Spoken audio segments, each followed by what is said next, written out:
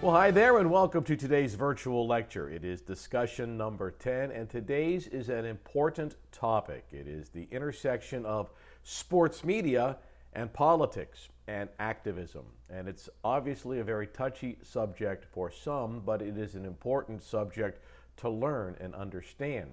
Because over the years, as we have discussed earlier this semester, sports and politics have always intersected, whether it was Jesse Owens at Berlin or Jackie Robinson, or after that, athletes like Jim Brown or Kareem Abdul-Jabbar and Billie Jean King and Martina Navratilova, Bill Russell in the civil rights era, and more recently, people like Colin Kaepernick or Brittany Griner or LeBron James.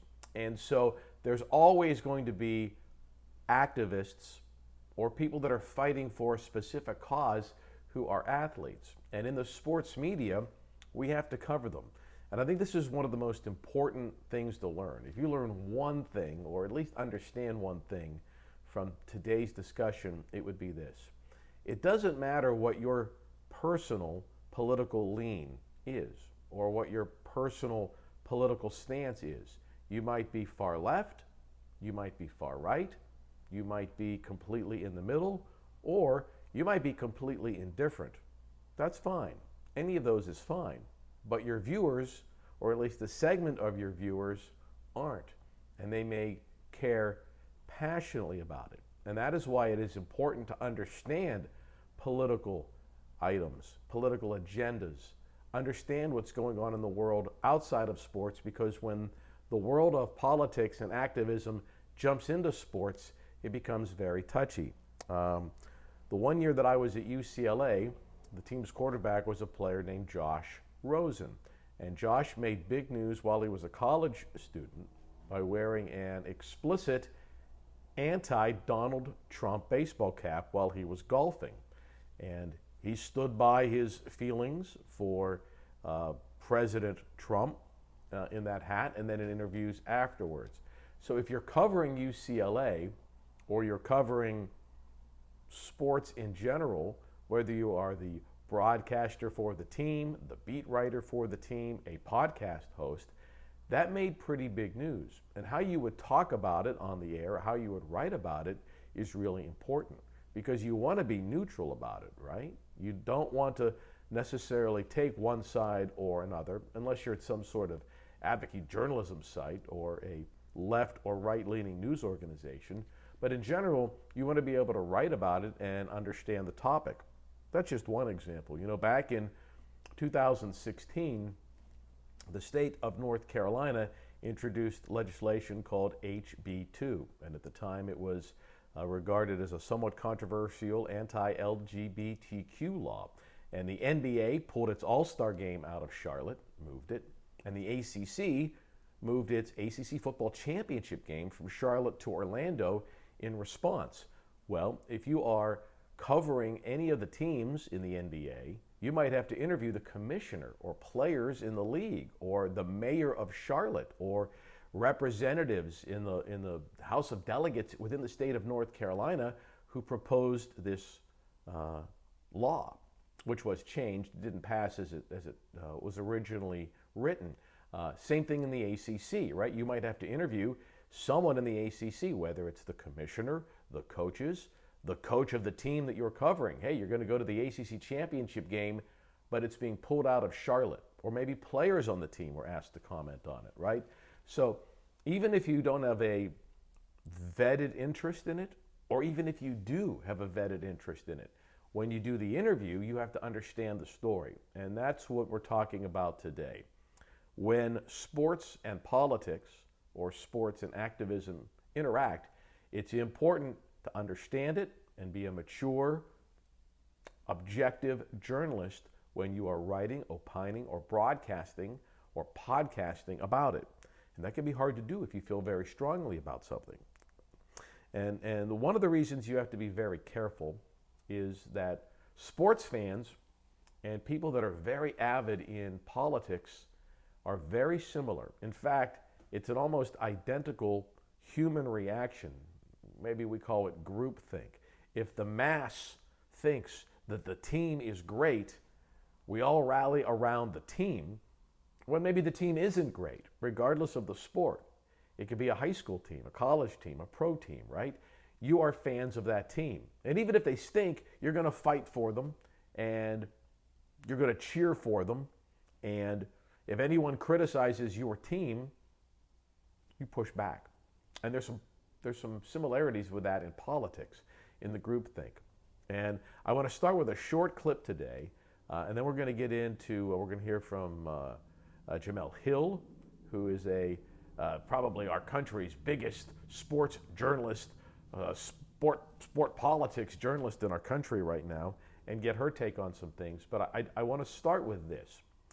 Ezra Klein founded Vox. He's a journalist, and he put together a very short clip on sports and politics and why people that are avidly into sports their brains are wired very similarly to people that are really into politics, and how we treat them and how we talk to them and how we broadcast and relate to them is similar.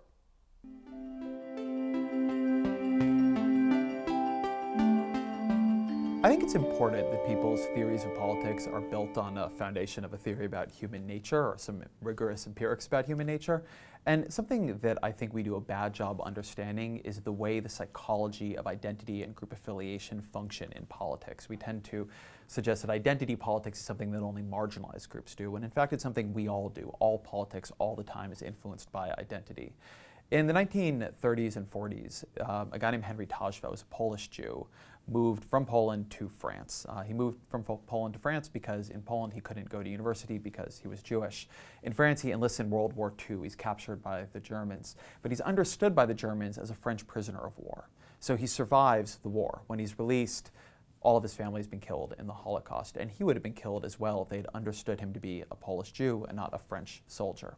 And he begins thinking and obsessing about these questions of identity. What makes human beings sort each other into groups? Why, when they sort each other into groups, do they become so easily hostile to one another? And what does it take to sort into a group? What are the minimum levels of connection we need to have with each other to understand ourselves as part of a group and not individuals? So he begins doing a set of experiments that are now known as the minimum viable group paradigm. And it's a bit of an ironic term for reasons I will get to in a second. But he gets 64 kids from all the same school. And he brings them in and he says, you know, we need to do an experiment. Could you look at this screen and tell me how many dots are on it? Just real quick, do an estimation. And then they're like researchers busily scoring the work and deciding if the kids overestimated or underestimated. Then the researchers say, hey, while we've got you here, do you mind doing another experiment with us, not related to the first one in any way? We're just going to sort you into two groups, the people who overestimated the number of dots and the people who underestimated them. But different experiment, don't worry about it. In truth, this sorting is completely random. It has nothing to do with dots. Nobody cared how many dots anybody estimated. But immediately in this new experiment, which has to do with money allocation, the kids begin allocating more money, which they're not allocating to themselves, it's only to other people. They begin allocating more money to their co-dot over or underestimators. And this was a surprise because the way this experiment was supposed to work was Tajfel and his co-authors were going to sort people into groups, but not enough that they would begin to act like a group. And they were going to begin adding conditions to see at what point group identity took hold. But even Tajfel, who had gone through such a searing, traumatic, horrifying experience with how easily and how powerfully group identity takes hold, he underestimated it. He thought this would be underneath the line, almost like a control group, but it was already over the line. This experiment was replicated by him in other ways, and in other ways it actually showed not only would people favor members of their group, but they would actually discriminate against the outgroup. They would prefer that everybody gets less, so long as the difference between what their group and the other group got was larger. And again, these groups are meaningless and random even atop their meaninglessness. But look around. Think about sports. Think about how angry people get, how invested they get in their identity connection to a team that oftentimes has no loyalty back to them, that will move if it doesn't get a stadium tax break, or players who will leave if they get a better deal. But we get so invested in our local team and what it says about our identity and the group we're part of as fans of that team, that in the aftermath of losses and wins, we will riot, we will set things on fire, we will go on emotional roller coasters, we will cry, we will scream, we will listen endlessly to analysis of it. We're not there for the sportsmanship, we're there for the winning or losing. We're there for that connection to group psychology that is played out through sports and competition. This is true in politics as well. As we sort into groups, as those stakes rise, as they become in many cases life and death, as many different groups connect to one another. You're not just a Democrat, but you're a Democrat, and also you live in cities, and also you're gay, and also you're an atheist, and so on. Those things all begin to fuse together. It becomes what the political scientist Lillian Mason calls a mega identity. And when you're dealing with two groups that are that sharply distinguished from each other and where the stakes are very, very high, the power of that group identity and the power of the hostility to the other group becomes basically overwhelming. From a lot of different experiments, we know this is a much larger driver of political behavior than even policy. We will follow parties and leaders around to policies that we didn't believe them to have just recently. I mean, look at Republicans in Russia, for instance. But what we will not do is change our group affiliations, certainly not easily. So group identity is a fundamental fact about politics, and it's a fundamental fact not just of the politics of marginalized groups, but of majoritarian groups. An irony of our age is that we see identity politics more clearly now, not because it is stronger, but because it is weaker. There is no one identity group with the power to fully dominate politics, and so now that different groups are contesting, they're all putting forward claims, they're all fighting for control, we can see that there's identity in our politics, but there always was. It's just that when one group is strong enough, they're able to make that identity almost invisible and just call it politics.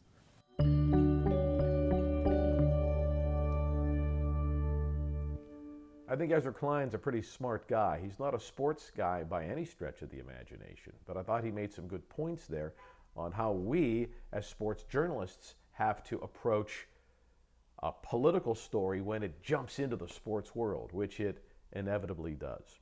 I don't think anyone in our country has been more active on air than Jemele Hill. Now, if you don't know who she is, she worked in Raleigh for a while and then in Detroit, where she wrote for the Detroit paper. She covered Michigan State. Then she got hired by ESPN. She was suspended not once, but twice by ESPN for being very anti-Donald Trump on her social media platforms, and then she eventually left. She has started her own media company, so to speak, where she has her own podcast. And I want you to listen to Jemele.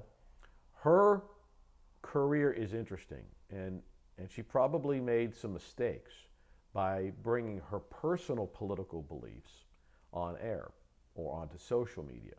We never want to do that.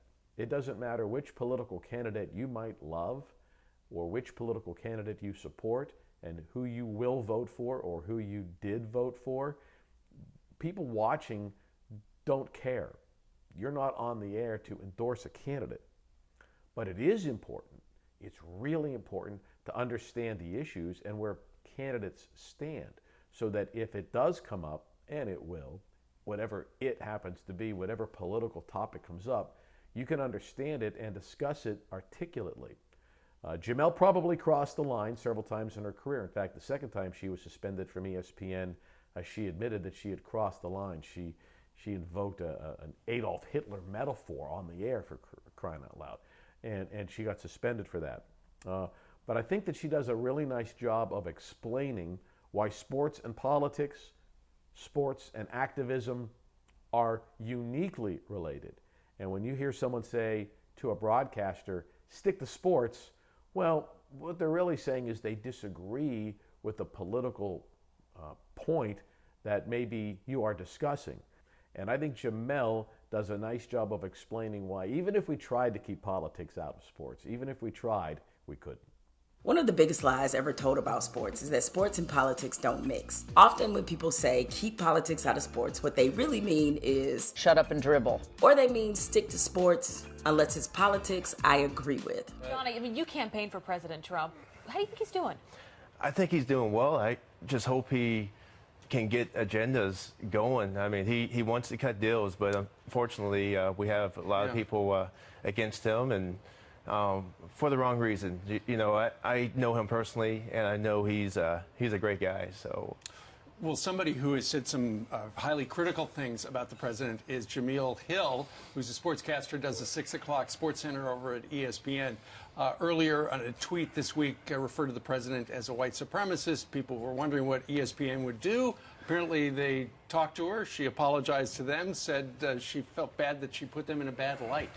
Well, that's good that she owned up to it. You know, and I want to watch sports for sports. Thank you. You know, when the politics Wouldn't that get be involved nice? with sports, it gets a little bit touchy. Johnny Damon appearing on Fox News to support Donald Trump while also telling me to stick to sports. Irony truly has been unalive. Now, politics touches everything we do, even our precious little sports. In fact, especially our precious little sports. So I wanted to create a space where sports and politics not only mix, but they matter. The marriage of sports and politics isn't exactly new. In fact, it's old as fuck. What if I told you that when our first president, George Washington, first ran for political office in Virginia, he used to host election parties and bribe people to vote by getting them drunk as well as having them play games. Henny and horseshoes? You got my vote, George. Yes, even back then when dudes were wearing wigs and hang stockings, the political elite understood the fusion between sports and politics. And over time, that complicated alliance became even more pronounced. And as soon as it was discovered that sports could be heavily influenced by politics, well, you know what happened. Now, what if I told you football wouldn't exist if it weren't for Theodore Roosevelt, the 26th president of the United States? In the early 1900s, a lot of people wanted to ban football because it was too deadly and dangerous. Yeah, I know. Funny how some things never change. In 1904, the Chicago Tribune reported that 18 people died playing football and there were over 180 serious injuries in youth football. That's when Teddy Roosevelt, the football fan and the president, intervened because his son Theodore Jr. was a player at Harvard. He held this summit at the White House with Harvard, Yale, and Princeton to discuss ways they could make football less violent. Now, it didn't happen immediately, but eventually the power brokers introduced radical concepts like the forward pass and the neutral zone, and instead of a first down being 5 yards, it became 10 yards. Wild times. But something interesting happened after the Civil War. Black athletes started to become more prominent, and as their stature grew, they became more emboldened. And to white America, they also became more of a threat. For example, between 1875 and 1902, 11 African American jockeys won the Kentucky Derby. But that success didn't lead to a high demand for black jockeys. Rather, horse owners were so threatened by their success that they conspired to exclude black jockeys. This became the playbook for trying to suppress black power. Moses Fleetwood Walker was technically the first black player to play in Major League Baseball. In 1889, after playing in the minors, Walker was released, and Major League Baseball wouldn't add another black face in its league until Jackie Robinson. When the NFL was founded in 1920, the league was integrated, mostly because Americans weren't really checking for football like that. Fritz Pollard was one of the league's biggest stars, a champion who became the league's first black head coach. But in 1933, George Preston Marshall, the owner of the Washington football team, led a movement to ban black players from the league as the Great Depression intensified. Marshall was a hard ER racist who once said, "We'll start signing Negroes when the Harlem Globetrotters start signing whites." The last thing Marshall wanted was for white folks to see black players making a living playing football when good old white folks were struggling just to eat. So from 1933 to 1945, black players were banned from the NFL. And to no one's surprise, the last team in the NFL to sign a black player was the Washington football team, which didn't happen until 1961. According to longtime sports journalist Bill Rhoden, who authored the powerful book $40 Million Slave, black athletes have always had to navigate their success in systems designed to deny them power. So when you talk about a threat,